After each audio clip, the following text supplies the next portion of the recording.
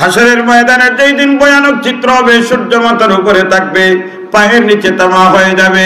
সূর্যের তাপটা দুনিয়ার গরমের চেয়ে 70 গুণ বেশি হবে।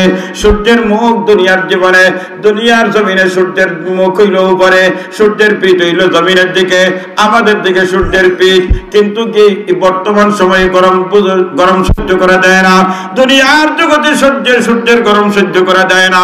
হাসরের ময়দান ওই লক্ষ লক্ষ দূরের সূর্যটা মাথার আঘাত উপরে আনবেন আমার আল্লাহ। এবার সূর্যকে বলবে, সূর্য তোমার মুখ হাসরের মুখে করে দাও।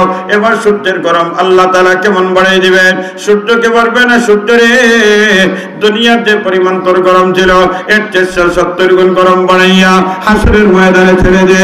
সূর্যের গরম, সূর্যের তাপ এত হবে, নবীজি বলেন সূর্যের গরমের কারণে পায়ের নিচের মাটিটা তামা হয়ে যাবে।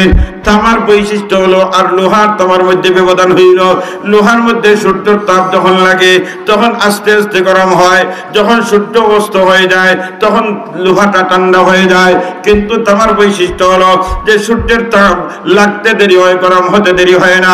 সূর্য অস্ত দেওয়ার পরেও তামা ঠান্ডা হয় না। আল্লাহ নবীজি বলেন সূর্যের গরমের কারণে হাসরের মাটিটা তামা হয়ে যাবে, নিচেও গরম উপরেও গরম।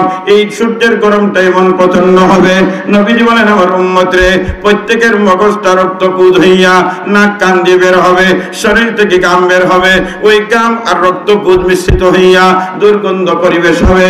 কারো পায়ের ঘন্টা পর্যন্ত, কারো পায়ের হাঁটু পর্যন্ত, কারো কোমর পর্যন্ত, কেউ গলা পর্যন্ত, কেউ সাঁতার কাটবে।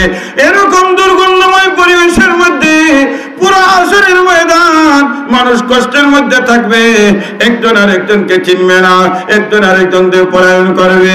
এরকম একটা কঠিন পরিস্থিতি যখন হাসরের ময়দানে থাকবে, অত কঠিন যে সাধারণ উম্মত তো দূরের কথা, নবী রাসূলগণ পর্যন্ত জবান দিয়ে ঘোষণা দিবে, ইয়া রাব্বি নাফসি, ইয়া রাব্বি নাফসি, হে আল্লাহ আমার কি হবে, আল্লাহ আমার কি হবে।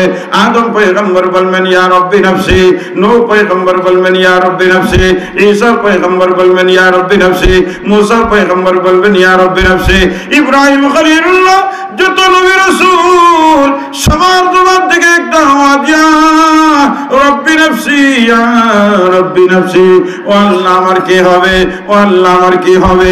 এরকম ভয়ানক অবস্থা যখন হাসরের ময়দানে চলবে, তখন হাসরের ময়দানের একটা জায়গা, একটা অংশ আল্লাহ তাআলা এয়ার কন্ডিশন ফিট করে রাখবেন। ওই এয়ার কন্ডিশনের ভিতরে এইরকম কোনো চিন্তা থাকবে না, এরকম কোনো দুর্দশা থাকবে না, এরকম কোনো দুর্গন্ধ পরিবেশ থাকবে না। এয়ার কন্ডিশনের ভিতরে একটা এরিয়া ঠিক করবেন, ওই এরিয়াটা এয়ার কন্ডিশন দিয়ে আল্লাহ তাআলা তৈরি করবেন। ওই